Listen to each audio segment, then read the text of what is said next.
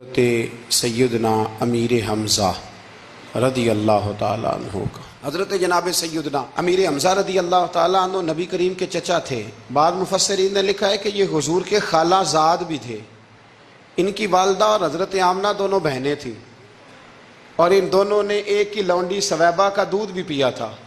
رضائی بھائی بھی تھے، کچھ نے لکھا ہے 4 سال بڑے تھے، کچھ نے لکھا ہے 2 سال بڑے تھے، کچھ نے لکھا صرف 6 مہینے عمر زیادہ تھی نبی پاک، صرف 6 مہینے۔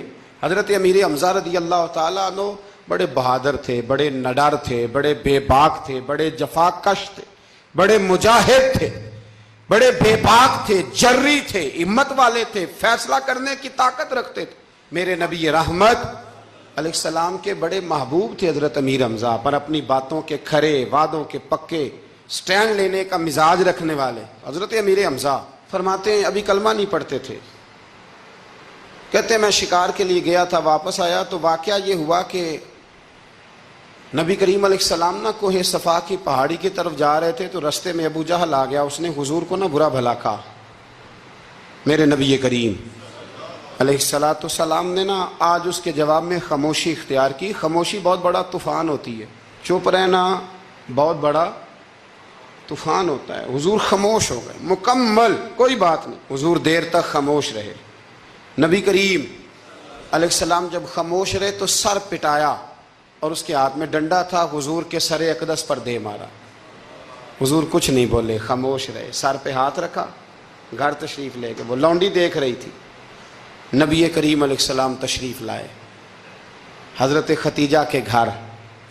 اتنی دیر میں حضرت امیر حمزہ آئے تو اس لونڈی نے نا جناب امیر حمزہ کو مخاطب کیا، چونکہ اس نے حضور کو بھی دودھ پلایا تھا اور جناب امیر حمزہ کو بھی برابر کی محبت تھی، رضائی والدہ تھی۔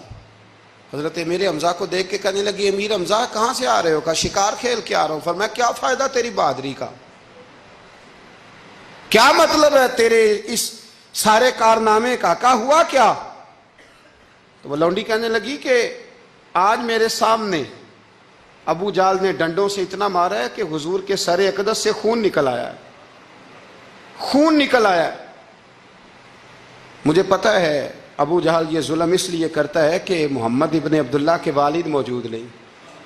آج اگر ان کے والد ہوتے، دادا عبد المطلب ہوتے تو پھر میں دیکھتی تھی کون ان کے قریب آتا۔ یہ لفظ کہے نا تو جناب امیر حمزہ رو پڑے۔ شکار وہیں پھینکا، درخت سے ڈنڈا توڑا۔ ابو جہل بیٹھا تھا حرم مکہ میں، کفار کے درمیان ٹولیاں بنا کے وہاں گئے اور زور سے ڈنڈا اس کے سر پہ مارا، اور ڈنڈا مار کے کہنے لگے تجھے شرم نہیں آتی؟ میرے بھتیجے کو لاوارث سمجھتے ہو؟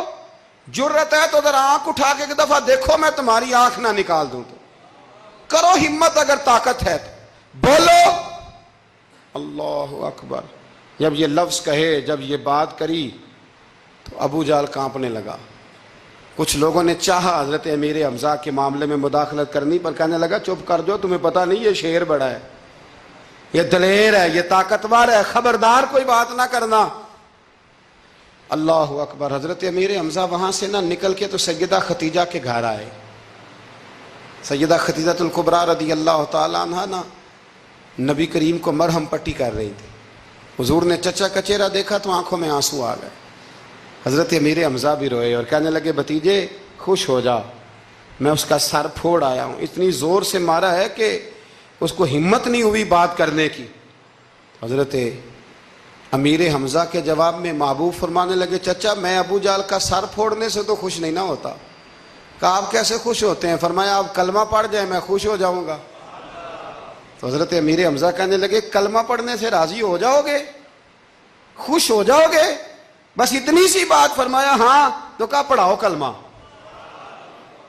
پڑھاؤ کلمہ۔ حضرت محبوب کریم